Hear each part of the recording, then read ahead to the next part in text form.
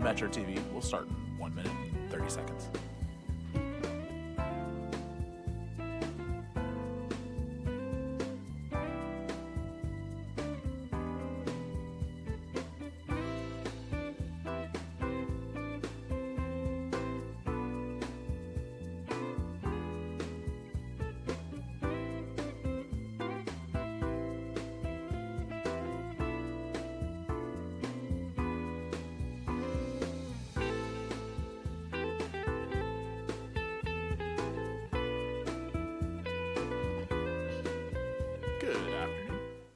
This is the regular meeting of the Labor and Economic Development Committee for Tuesday, March 18th. It is now 3:04 p.m.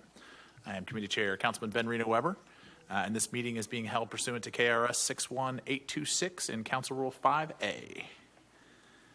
I am joined by Councilwoman Bast, Councilwoman Purvis, Councilman Owen, Councilman Piagentini, Councilman Benson, Councilman Bat-Shawn, Councilman Lininger, and Councilman Herndon. Also joining us virtually is Councilwoman Paula McCraney. All right. First item on the agenda is agenda 071-25. Madam Clerk, can you read the title of the ordinance? An ordinance amending Louisville Metro Code of Ordinances, Chapter 90, to add an exemption for cigar bars. Read in full. Motion. Second. So moved and seconded. Councilman Piagentini, would you care to speak to this? Yes, thank you, Mr. Chair. So appreciate everybody's time today and willingness to consider this piece of legislation. As a little bit, I'll be quite quick in explaining a little bit of background, going through the changes in here, and then glad to answer any questions about the legislation. So first of all, by way of background, the state has proposed a statewide cigar bar legislation. It is currently pending approval in the Senate. It's passed the House, passed the Senate committee, pending in the Senate. While watching that process go on, we wanted to draft something that as closely mirrored that legislation as possible, but is not contingent upon that legislation. So we can consider something specifically here in Louisville. So what's in front of you, by way of background, does mirror what's referred to as House Bill 211, which would be a statewide program. But I do think it's important that we adopt it here locally. This is something that we've debated before in Metro Council, maybe 3 or 4 years ago now. And for me, this is all about opportunities for small local businesses aligned with our bourbonism and horse racing and gaming industries to have this other business opportunity that, frankly, all of our surrounding jurisdictions and competitor cities, right, Nashville, Southern Indiana, I could go on, have, right? And I also want to say, by way of background, before I jump into this, in no way, shape, or form is this intended in any way to do anything about or scrap or attack in any way our anti-smoking ordinance, okay? This is very finely crafted. As a matter of fact, benchmarking this against our surrounding states, this is more restrictive than anything they've put in place to authorize cigar bars, and that is intentional. And again, I would not say there is any reason this could be construed in that way. I would no sooner in any way advocate for any movement on our anti-smoking ordinance, but all of the jurisdictions that we're talking about around Louisville and Nashville, Southern Indiana, have anti-smoking ordinances and allow for cigar bars, and they do so in an effective way that doesn't have any impact on public health. So let me go through the provisions here that will modify our current Code of Ordinances, Section 90.02, as well as 90.03. So first of all, we define a cigar bar with a few pieces here. Number one, they have to hold a quota retail drink license, so they have to be regulated by Alcohol and Beverage Control, as defined in the KRS chapter, for on-premises consumption of alcoholic beverages.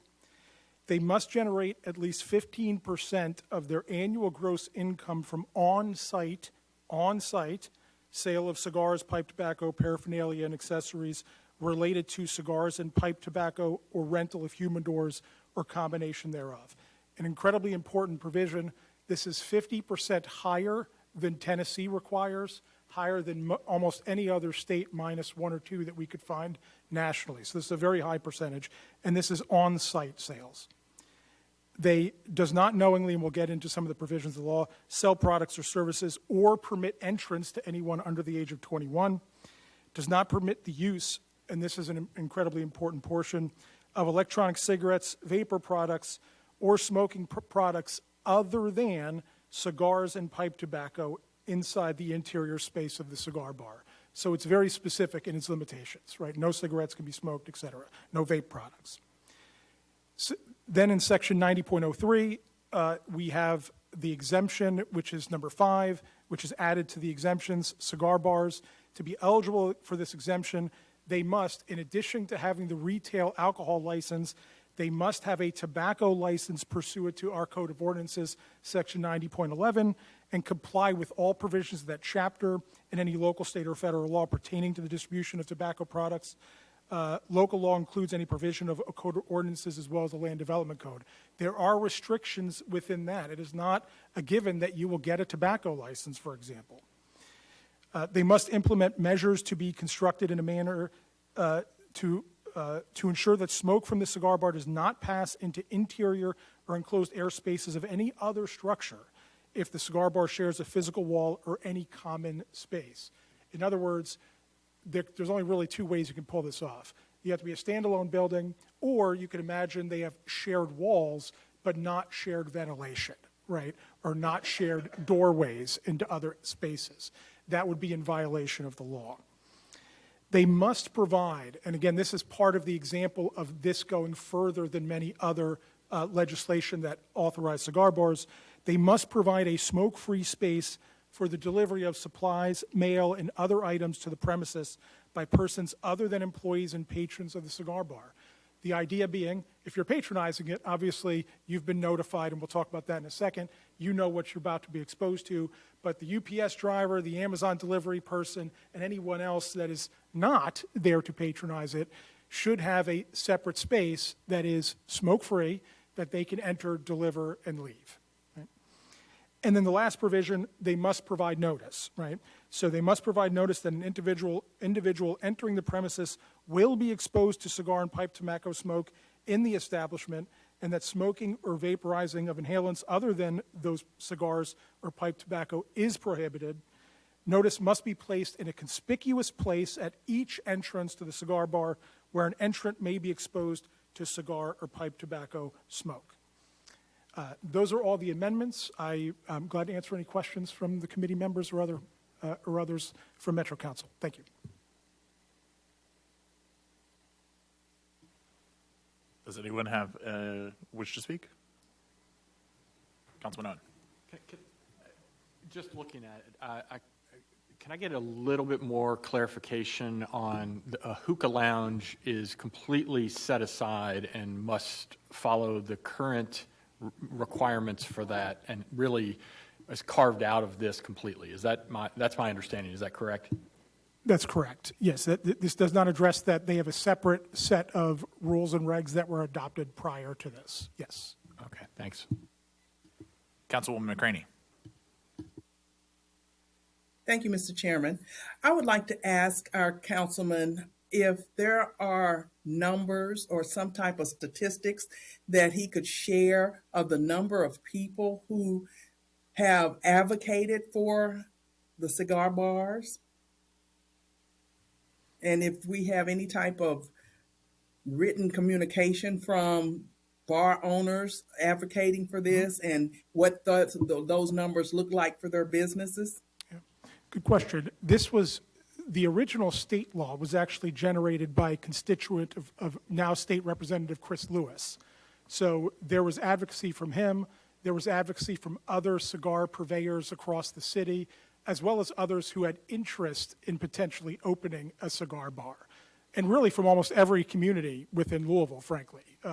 South, west, downtown, sort of everywhere, we got individuals who were very interested in potentially opening this type of business. All local, by the way, citizens and residents of the community.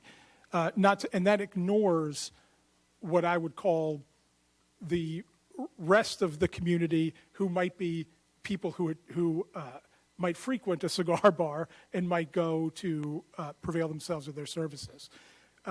As far as in the other anecdotal evidence, there are cigar purveyors already in the city. And over again, so for example, there's another business in southern Indiana called Match. It's a cigar bar. The owner of Match, who was a local Louisville citizen, wanted to open that business in Louisville. When he found out that he couldn't and there was no exception to do so, he opened the business in southern Indiana. The local cigar purveyors that I have spoken to have had over and over again instances of when we have conventions and tourism and Derby and all these instances, they've had people come and say, okay, we're going to buy a couple cigars. And then when they say, okay, where can I go to smoke them? And they say, well, you can't, indoors at least in Louisville, they will drop the cigars, go to Indiana and repurchase them there and smoke them there. So if your question is, do I have, statistical analysis, Councilwoman McCraney, the answer is absolutely no. I have anecdotal stories and people who have reached out to me, though. Yes. Thank you. Follow up? Yes, Councilwoman. Thank you. Do we have any constituents, residents of our districts, who have written letters or who have advocated for this that we might be able to determine the number of interest other than what you're suggesting for the tourism part of it? But do we have local constituents who have written us? I know in my district, I've not received anything about supporting a cigar bar, but do you have anything from any of the constituents that we might be able to kind of put in the equation as we make this decision? Sure. What I can tell you is if you want letters from constituents, I can absolutely get them. I have not put out a public statement saying, hey, please write to us if you're interested in this. I have had people over the past 4 years, particularly after the last time this came up, ask about it. There were people that wrote during that period of time advocating for it. I have not brought it up or solicited any support for this because I know it exists. Thank you. Councilman Owen? Thank you, Chair.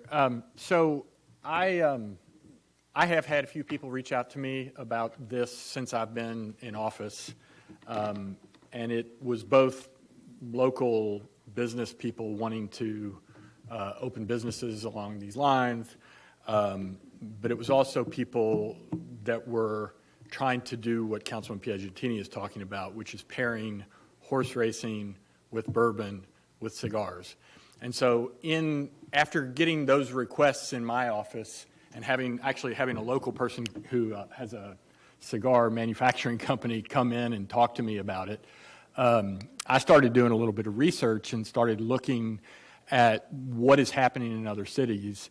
And once I looked at that, I was convinced that it's an enormous opportunity for economic development here in Louisville, given what we already do.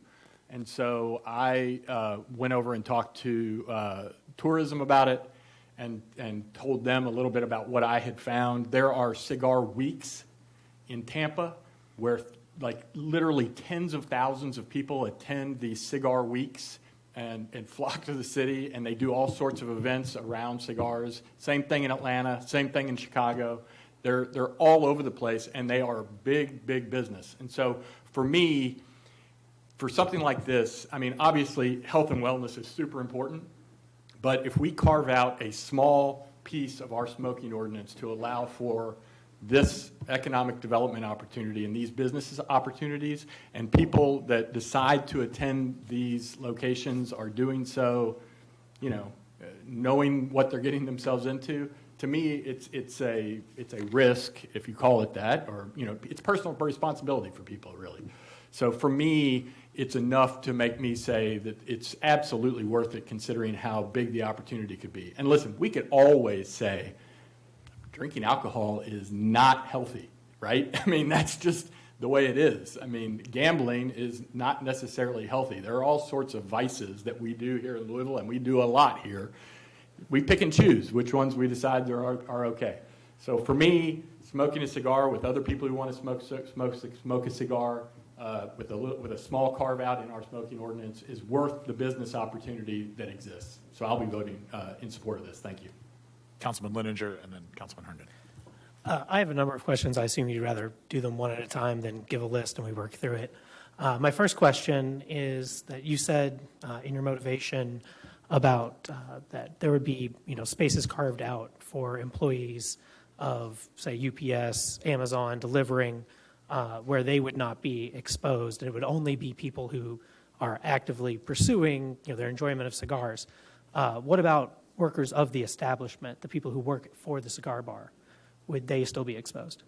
Yeah, this is an at-will employment state, so, just like if you go to work for LMPD, you accept the risks of having to wear a bulletproof vest and have people that may not like you very much and you have to deal with crime and all this stuff. The risks inherent with any job are part of the at-will employment. So yes, obviously, if you're an employee, you do so at your own will. You're not forced to work there, so they would be exposed. Sure. Although I think at will is in a different direction. But my follow-up question then, were there any discussion with experts in public health, cancer centers, the university, about the effects that the workers would be exposed to and whether we had any regulatory interest in protecting those workers? If I could note the presence of Dr. Connie Wendell from Public Health, if you want to address anything to her, she is present. Yeah, all I can tell you is that there's no, because again, they accept the risk by asking to be employed there. They apply for the job, right? They know what the risks are, and nobody is hiding the risks, right? What we have looked at is all of the studies related to smoking as a general public health risk look at smoking broadly, smoking cigarettes, for example. In all my research, and in anything I've ever heard the American Medical Association, Heart Association, or anybody else bring up as far as a public health concern, has never singled out cigar smoking itself or employment at a cigar bar as necessarily, or there being any data that shows there's an increased risk for anything, right? Now, there's one study that I was able to find that did a meta-analysis of other data and found that if somebody smokes 2 cigars a day, there was a moderate increased risk of adverse health effects. But I don't know anybody that smokes 2 cigars a day.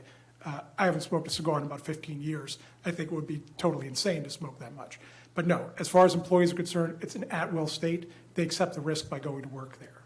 They Sure. don't have to work there. Right, but again, there's, we have employment and then we have regulations that protect workers in all sorts of industries. There is a section about protecting adjoining businesses or structures from exposure to the secondhand smoke, but we don't have anything in here from my reading about any ventilation requirements or, clearing the air, again, sort of, protection for the people that are employed. It's a good question. That came up a couple years ago with public health, and their response was there's no such thing as any ventilation that has any significant impact. Most, if not all, of the cigar bars I've ever seen in my lifetime or heard of have more advanced filtration to get smoke out of the area, right? But we were told by public health there's no point in putting down standards because there's no point in in their opinion, there was no point in putting standards down. We actually explored it, had language drafted up related to it, but again, if there was no technical reason to put it in there, we didn't put it in there. Mm-hmm. And then my final question, and obviously this is prompted by the House bill that's currently second reading in the Senate, And so we're past the period where we've had, discussion previously in this body about preemption from Frankfurt. We're now in the period where the governor could veto that bill. Has there been any indication about the governor's disposition towards HB 2211? Yeah, good question. So, no idea, but the reason I'm bringing this up is, and I wanted to be very clear about, that it's not passed the Senate. It may not ever, right? They may come back for the last 2 days, and they may not take it up. That's a very real possibility, which is why I wanted to be very clear up front. This is a Louisville bill, right? Mm-hmm. I think what they drafted is a very good draft. It was based off of stuff that we have debated for years here. It was based off of recommendations that have come over years of discussion on this. So I thought the verbiage was very, very good, and I think we should adopt it. But I did want to be clear that this is not linked in any way to House Bill 211, and confirm with the county attorney's office that the way this is written, this is either us saying yes or us saying no, regardless of what the state does. And then my final question, and I apologize, I'm a guest of the committee and I'm taking up a lot of space here.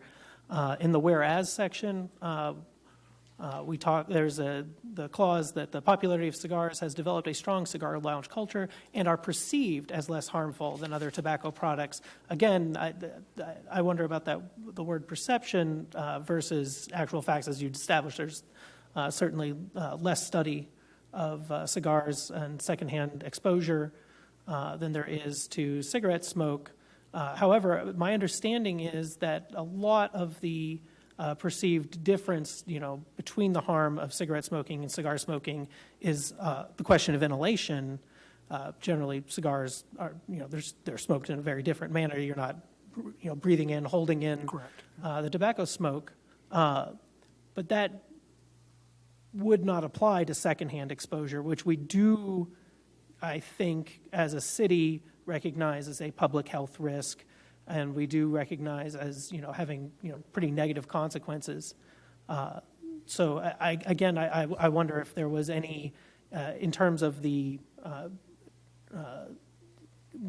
was there any input from public health about this specific clause about the relative harm that exposure to tobacco in the form of cigars has? No, no, although, yes, over the years. No related to the specific one, because I estimate, although public health has advocated for smoking of marijuana, for some reason they've been against other smoking. But at the end of the day, I know what their position is on secondhand smoke. They're against it. I fully acknowledge that, which is why we so specifically carved this out to ensure nobody other than those agreeing to work in and or patronizing the place should be impacted by that. Mm-hmm. But quite frankly, I didn't,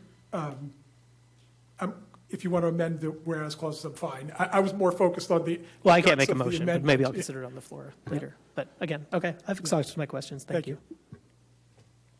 Councilman Herndon. Thank you, Mr. Chairman. I just want to say I also agree with Councilman Owen's assessment of the economic development potential here, and as somebody who was a strong advocate back in the day of the smoking ban and still am, I do think, Councilman Piagentini, that you've taken great care to take care of non-employee, non-smokers, and I commend that, and I will vote yes. Okay. Anyone else in the queue? Seeing none, this is an ordinance requiring a roll call vote. Councilmember McCraney. I need to clarify my vote, and I had my hand up. I'm sorry you missed it for my comments. I'm sorry, Councilwoman. That's okay.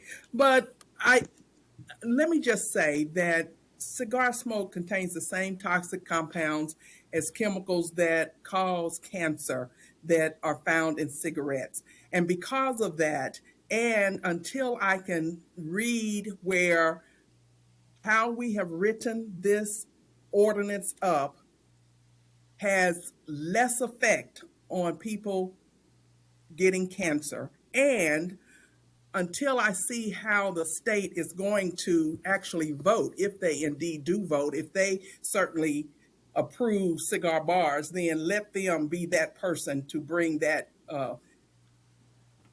risk of health to the state of Kentucky. But for that reason, I am going to vote no at the committee level until if it goes to the full floor and there's other information provided me, then it may change. But today I'm voting no.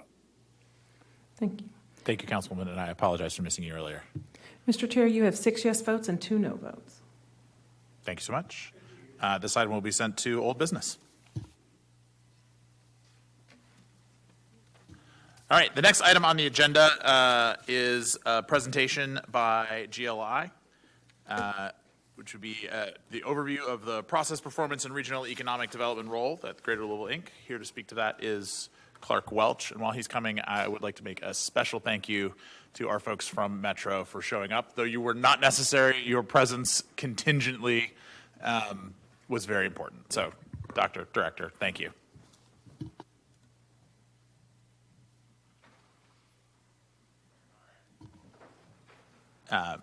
Mr. Welch, will you introduce yourself for the record?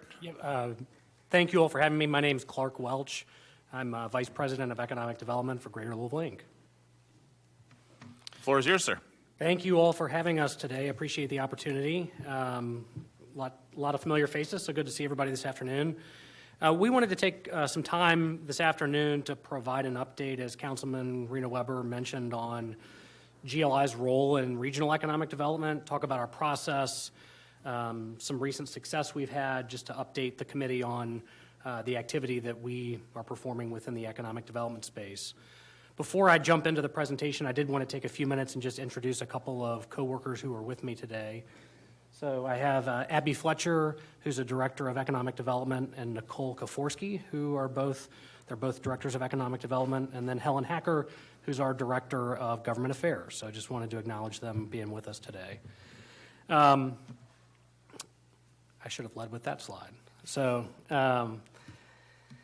I think most of you are aware, but I wanted to use this as an opportunity to level set on what GLI's role in economic development is. So GLI is a regional organization, and that's very common when you look across the country, approaching economic development from both a local and a regional level. GLI has convened the regional partnership and focused on regional economic development for the better part of 12 years now. And so as a regional organization, we are very much focused on sourcing business attraction and expansion opportunities for Jefferson County as well as our surrounding counties in the region. So that pretty well aligns with the Metropolitan Statistical Area, the MSA, but it's not an exact match. So we extend across the river into southern Indiana. There are 5 counties in southern Indiana and 10 counties in Kentucky. So I'll show a map in a few minutes, but I just wanted to explain that our geography is broader than Jefferson County itself. So I do think it's important and helpful to level set a bit on why approaching economic development from a regional perspective is a good idea. When we look at a lot of our peer communities across the country, economic development is always looking for opportunities for increased funding. And so by pooling limited resources from a broader geography, you're able to really do 3 things. You're able to develop a bought-in, approved, accepted marketing message amongst all of your local regional partners. You're able to focus on specific strategies for growing opportunity collectively as opposed to disparate parts. And you have more to sell. And that's, I think that goes without saying, but it's important to note that when you're selling Jefferson County versus the region, you have one set of parks and quality of life amenities. When you broaden that to the MSA, you get a larger set of offerings, a larger workforce, more talent to sell to prospective businesses and site consultants who may be considering Greater Louisville for expansion or relocation opportunities. So here's a map of our region. I think if everybody can see this. So you can see the 5 counties in southern Indiana directly across the river. We actually go as far west as Harrison County, as far north as Washington County. So that's the town of Salem in Indiana. Within the state of Kentucky, as far west as Brandenburg and Meade County. To our south, Nelson County with Bardstown, Hardin County, Elizabethtown, and then kind of running east to Shelby County up the I-71 corridor through Trimble and Henry counties, and really everything in between there.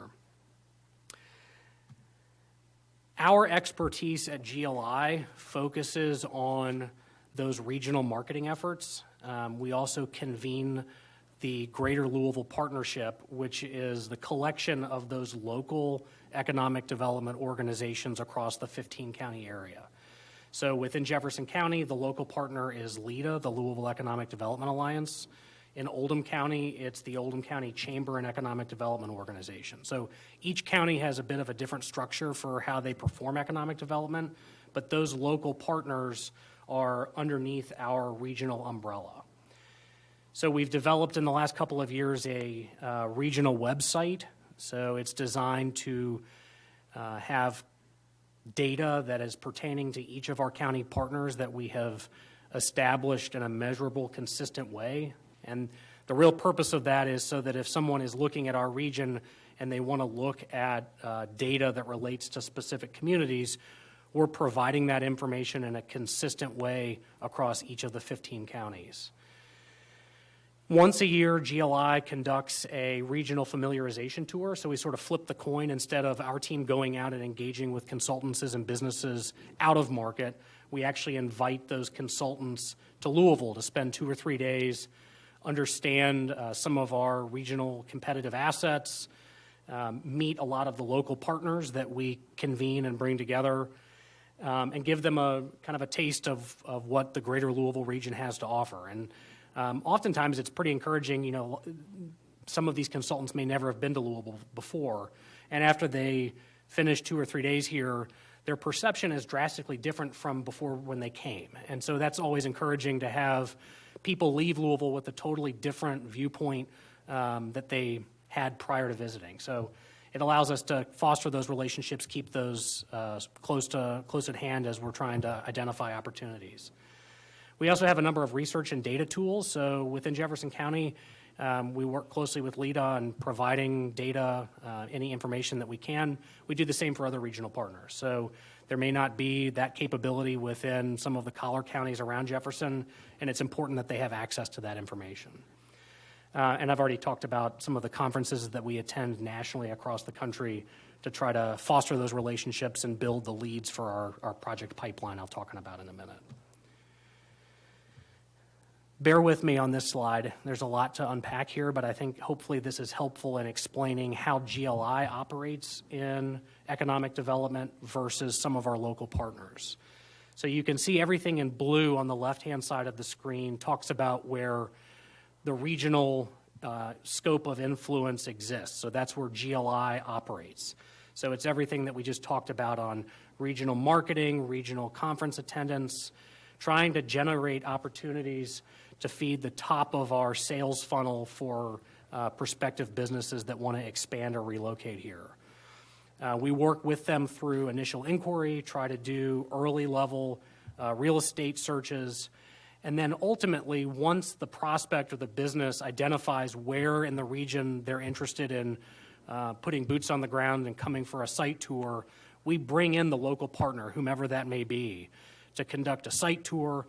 And then this is an important distinction. GLI, as a non-governmental organization, cannot administer incentives. So if a business gets to the point where they want to talk to a particular community and talk through either local or state incentives, that's where we make that connection to the local partner. We're not trying to negotiate on our local partner's behalf. That's their job. So everything on the right-hand side of the screen is where we bring in the local partners to have those discussions. A quick snapshot of where our pipeline currently stands. So we have 62 projects in our pipeline. Those are split. You can see about 2/3 of those are in the attraction field versus 24 are businesses that already exist in the region and are expanding. And you can see there's a pretty diverse offering of businesses in terms of which industry they're in. So no surprise, really, that advanced manufacturing and logistics take a notable slice of that. But we've seen recently upticks in health and life sciences, more traditional business service end users, and that's actually worked all the way through to some of the successes that we've had in the last 18 months or so. I put this up here. This is a conservative estimate. Not every project that we engage with will give us capital investment dollars and wage figures, but for those that do, if you add all those up, and if all of those projects landed, which they inevitably will not, but if they did, it would represent a little bit over 4,600 new jobs and an additional capital investment of a little over $3.3 billion. This is a series, this is just for fiscal year 24, so January through December, and these are the projects that GLI worked that landed across the region. And if you add all this up, it equals about $70 million in capital investment and a little bit over 550 new jobs. You can see in the right-hand column, the lion's share of these investments, not really in a surprising way, but have landed in Jefferson County just because that's where the bulk of the population for our MSA is. But we've also seen wins for other counties across the region. And then I wanted to provide an update year to date in fiscal year 2025. We've had a total of 4 projects. One of them we lost, you can see at the bottom. But there have been 3 wins recently. Fabricated Metals, Cornbread Hemp, which announced in the last week and a half or so, and Step 2 and Johnson, which is going to be relocating its office from East Louisville to downtown with part of their growth.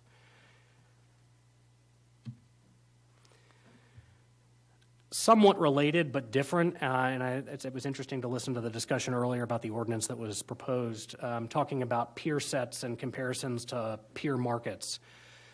With the sunset of the Greater Louisville Project, which was in existence for the better part of, I'm going to say 10 years, 12 years, we at GLI felt like it was really important that the benchmarking against our peer set of sister cities or peer cities was something to carry forward. So what we did was we developed a series of data points based in 5 main categories: population, talent, economy, labor, and livability. And we did this for the first time last November. We're going to be updating it with trend analysis in Q4 of this year. But really what we wanted to see was, where does Louisville compare not so much to itself, and this is regional again, not just Jefferson County, but how does it stack up against 16 of its peer cities? So that includes some of the usual suspects, and I'm not going to get them all, but it's Cincinnati, Indianapolis, Nashville, Columbus, Louisville, obviously, Omaha, Greensboro, Charlotte, Omaha, Oklahoma City, Tulsa, and some others I've forgotten. But the idea being that this year, when we look at the data, the same data set, we'll be able to develop a trend. So compared to this past year, has Louisville increased in its standing compared to those peer markets or decreased? And while GLI is not responsible and doesn't pretend to be responsible for controlling all of these, I think it's helpful information for the community to have. So if we see things that we like, we want to lean more into that, or things that upset us and the data is concerning, having that objective data is an important tool to have. A couple of other things, and then I'll open it up to questions. GLI also has a number of workforce initiatives. So we've developed a partnership with LinkedIn Talent Insights, and really trying to focus on talent attraction for the region. So we've, as a investor member-led organization, we have a number of businesses within our investor base that in recent years, like a lot of places across the country, have had challenges in retaining workforce. And so there have been, we have an entire workforce and talent team at GLI. And I think one of the really encouraging things that we've seen in the last 12 to 18 months is a number of businesses have reached out to us, and we develop effectively separate private label marketing campaigns for them to target positions that they are seeking within the region from talent that exists outside of the region.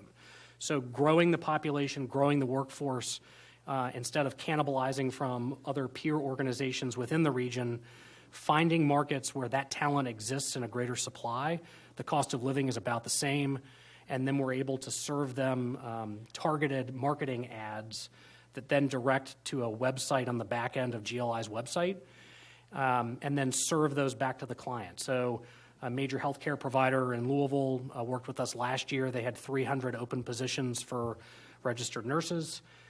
We were able to deliver a little bit over 850 applicants, and that was successful enough that they wanted to come back and do several more campaigns. So we're looking at that as sort of a creative solution on how do you grow the regional economy from an external source as opposed to cannibalizing talent that already exists within our 15-county region. Live and Lou is a brand that GLI developed and operates since about 2017. It's really talent attraction through retention. So I'm sure a number of you may be aware of it, but it's trying to showcase a lot of our quality of life. If that's the culinary scene, if it's our distinct neighborhoods, our park system, all of those things when added together create an excitement among people who already live here, encouraging them to stay and support the regional economy and the quality of place that exists here. And then just finally a few stats I wanted to share about Live and Lou and the growth of that social media effort. So since it launched in 2017 or 2018, we have over 22,000 Facebook followers, 48,000 Instagram followers. Recently, we've engaged with LinkedIn, have a little bit over 3,000 followers there. Just recently, TikTok, but if you add all that up, it's a little bit under 75,000 followers across all platforms. So I will stop there and turn it over to you all if you have any questions for me. Thank you. Well, first off, thank you so much for being here, for presenting this. It's really interesting stuff. I know that I have several thoughts and questions. I will start with a shout out as a nerd and former Greater Louisville Project exec. Thank you for continuing to maintain, I think, what is a really important way of us understanding our city's success or lack thereof, which is benchmarking us against the other cities that we see as our peers. So thank you for doing that. I will hand it over to Councilman Batshon. Thank you, Chair. Thank you, Clark. Just want to touch on a couple things and appreciate the presentation. I've worked with you all many times and I appreciate everything you're doing. But maybe to help some of the new folks and maybe to give us a little bit better of an understanding, what can or how can GLI and or city or state officials do a better job in attracting and keeping the corporation and professional talent that we have in the city of Louisville, or Well, in the state as well? Yeah, I think in general, are you talking about in general retention efforts or attraction as well, or? Both. Yeah. I think, well, first let me start by acknowledging and appreciating that Metro Council has, and Metro government is investing in GLI to support this effort. So one of the ways I think that we are doing this effectively is we have public sector investment in doing the work. So we need to be attending the conferences that I spoke about, and we've now been doing for 2 years at GLI with public sector support both from Metro Council and the surrounding counties across our region.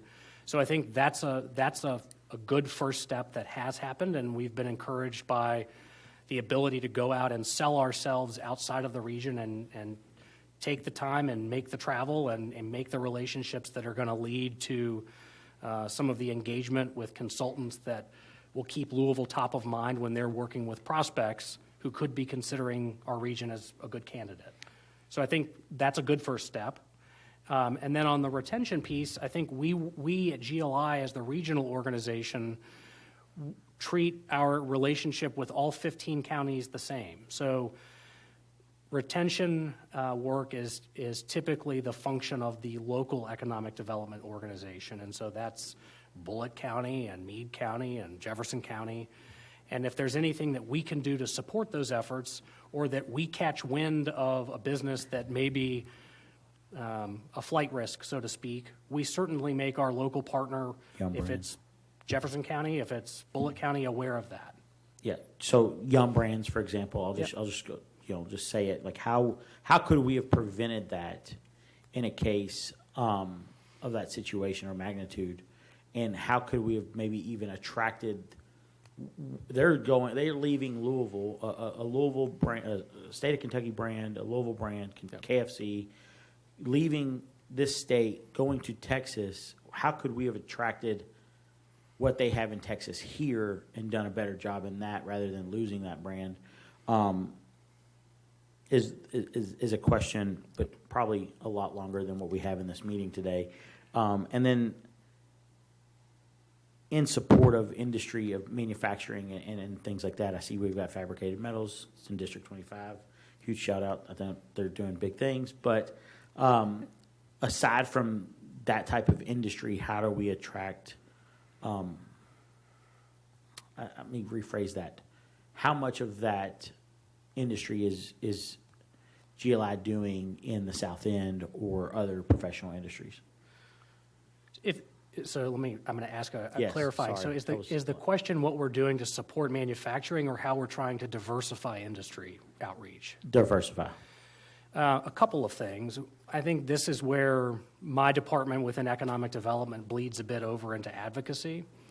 So when you look at the tools that we have available as it relates to incentivizing businesses, there is a lot of the state incentives that we work with and our partners work with.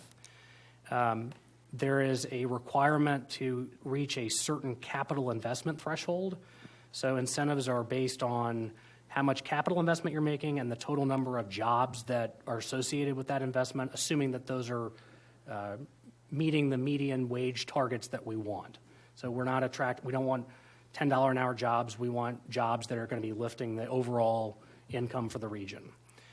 And the capital investment requirement is something that we have been advocating for at the state level for changes to that, because a lot of professional service firms don't incur the same level of capital expenditures that perhaps a manufacturing or a logistics firm might.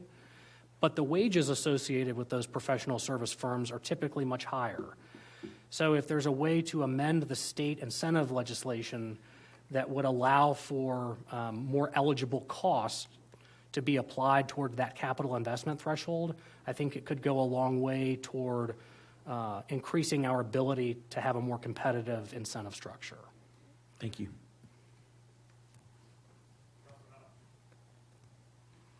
Thank you, Chair. So, I always hear that when it comes down to it, we have challenges that we face in both growing and attracting businesses. I always hear that workforce, talent, is the biggest obstacle in that calculus, in that calculation.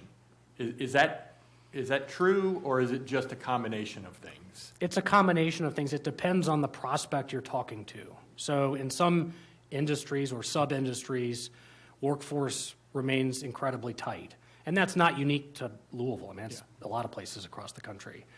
And so in some cases, it's access to qualified workforce. In some cases, incentives play into that.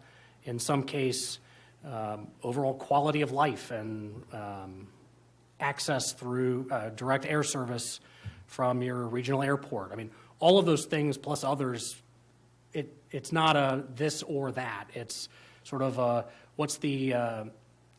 what is important to the decision makers within a particular business or a particular industry. Well, we recently spoke about your kind of talent identification program that you did through LinkedIn for the healthcare industry here, and I think that's a fantastic model to be that targeted and that specific, and would encourage an expansion of that program, because I think that can help us overcome some of what I was just talking about from a workforce and a talent perspective. You guys don't have particular incentives to provide. You have to partner with local and state government in order to create incentive packages for people that you're talking to. That's correct? That's correct, and that's typical of regional organizations across the country. So because we cross county lines, when we find opportunities, if you're looking at the sales funnel, we're sort of towards the top. And then once those prospects self-select on which communities they want to focus on for further searching of real estate and sort of boots on the ground doing site tours, I very intentionally try not to talk about specifics of incentives. I can educate them about the overall structure and what's available, but I don't want to negotiate on our local partners' behalf. Sure. And then another question that I had was, I think a big component, I said this in an interview recently about KFC leaving. I think we do have some distinct advantages here. One being cost of living, two being quality of life. And you had a slide that talked about quality of life, I think, being one of the 5 components. And I was wondering about how you come up with what goes into coming up with the number that you came up with to compare us to our competitor cities. Can you talk a little bit about that? I think that is something that we should focus more on, you know? Yep. Because I do think in terms of competitive advantage, it's easy to live here. It's comfortable to live here, and that is an advantage that we have over a lot of places. So how do you determine how we rank as a quality of life, on a quality of life scale compared to our competitors? That's a great question. We had a lot of internal discussions about this because one of the challenge when you talk about livability, which is how we've labeled it, but that's effectively quality of life, is how do you come up with a data point that is objective? And that you can find data on for all of the 17 other markets you're trying to identify. So we talk about this is a great place to live, and I don't disagree, but trying to find an agreed upon data point or multiple data points that speak to that is the challenge. And so where we landed was data that's either provided at the federal level through census information or through the American Community Survey, where we tracked the median household income, violent crimes per 1,000 people, property crimes per 1,000 people, and the number of veterans. This is the first year we've done this, so I'm not pretending that it's perfect in year one. If there are ideas and considerations of how we can improve the set of data, I'm certainly willing to have that conversation. Connected to that, I would commend taking a look at the county health rankings from Robert Wood Johnson, which are much broader than just health, but there's a good index probably that could be made out of that, and someone else is doing all the work. Councilman Benson. I'll be quick. You know, in my world, I used to be a vocational teacher, and most people I know, I mentioned vocational education, all we needed, and I'll say, does anybody in your family go to vocational education? Oh, no, they're going to Harvard. They're going to be president of the United States. You know, I don't know that, you know, that kind of stuff. And in 1984, there was a company called United Airlines. They wanted to build a maintenance hub here in Louisville. They needed 100 machinists. You know what happened? They didn't come because we don't have 100 machinists. They went to Indianapolis. And if you know a little bit in the world, you know, I'm a tool and die maker. Some people, they've heard that. They have no idea what I do or what I can do. Because what I do is behind doors. And, you know, somebody can see a mechanic, and they can see an electrician or work, a mechanic, you know, a lot of different jobs, but nobody ever sees what a tool maker does, and other than see the product. You know, I can make an injection mold, build this. I mean, look around here, almost everything. General Electric spent a lot of money to train me back in the 60s. And so my question would be, what do we need? Where, you know, I made my daughters take my machine shop class. They wanted to fly. And I said, all airplanes are made in machine shop, so you have to take my machine shop class. And all kinds of people says, you're ruining your daughter. That don't look good on a transcript. I said, you don't know about economics. Without a product, you have nothing. Right. Everybody's got to sell something to somebody to make our economy go. And I always wonder, why don't we have somebody figure out what jobs do we need, and can't we try to provide them? To me, in our community, we've got as much talent as anybody. But if you don't train them, they're not worth anything. Everybody's paid based on what you can do. So that's a wonderful question, and there's a partnership that GLI has with a number of other community organizations that I think speaks to what you're talking about, Councilman, and that is, I assume you're familiar with the JCPS Academies of Louisville. Yeah. And so the I taught opportunity. in a public school for 28 years.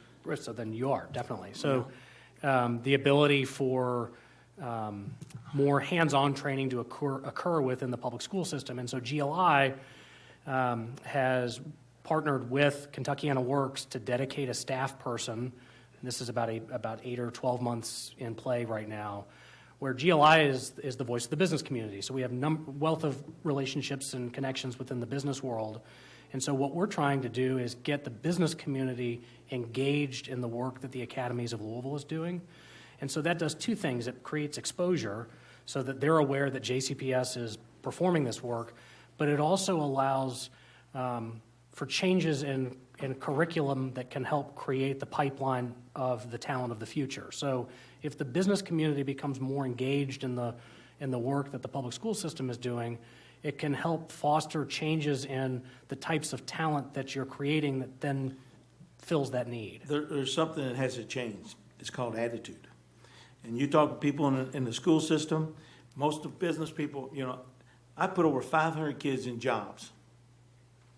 I feel pretty good because a lot of the kids were happy that I helped them out. They helped me because I felt good about doing what I did. But you ask a business person, they don't want to deal with Jefferson County Public Schools because they're all set for one thing, college. And they don't listen. And they don't really think, well, that's okay, we'll teach you how to do something. But we know that the big bucks is in you know, college graduates. Well, I'm not, but I've done as well. I have, you know, and you just we have a hard time, and somebody somewhere sometime is going to have to say, you know, that was one of the reasons I ran for 22 years ago. Somebody said, why are you running? I said, you got to have a reason.